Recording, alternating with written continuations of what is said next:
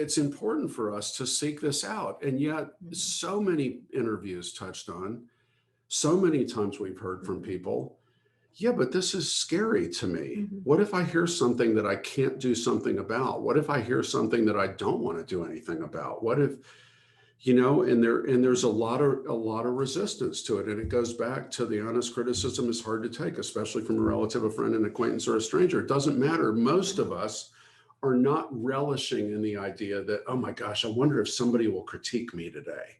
Yeah. Yeah. I think on the point of understanding how other people experience us, another piece of that is understanding the impact that you're having on somebody inadvertently. And, Uh-huh. and we've talked about that in a number of episodes, but we have a list we share. I should have printed it out for this episode, but the reasons people reject feedback. Yeah. And the number one reason people reject their feedback is it's true, I just don't care. Yeah, it's true. I just don't care. Right. And so I know I'm thinking back, they got a feedback that kind of was like, you're blunt, you're abrasive. I don't really know how to interact with you. And they kind of were like, well, I'm sorry, that's just the way I am. Yeah. Right. And I challenge that person to go back and think through the question, or even ask some of his feedback raters, what impact is my behavior having on your effectiveness? Mm-hmm. Right.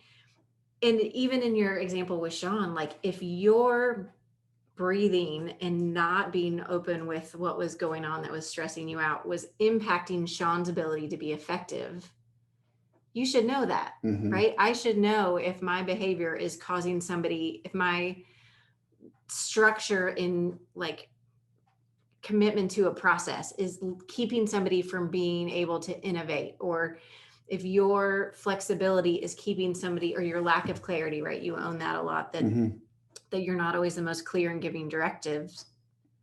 If that is making it hard for me to do my job, Mm-hmm. don't you want to know that? Mm-hmm. I Right. don't want to do something about it. Right. So it's not just knowing what I think, but if that's an extra motivation, and I think that's a way to think, what impact, what's the ripple effect of my behavior having on other people, that if we're not talking about it, I'm not going to know that I'm not having the impact I want to have. Yeah. I'm causing problems down the line.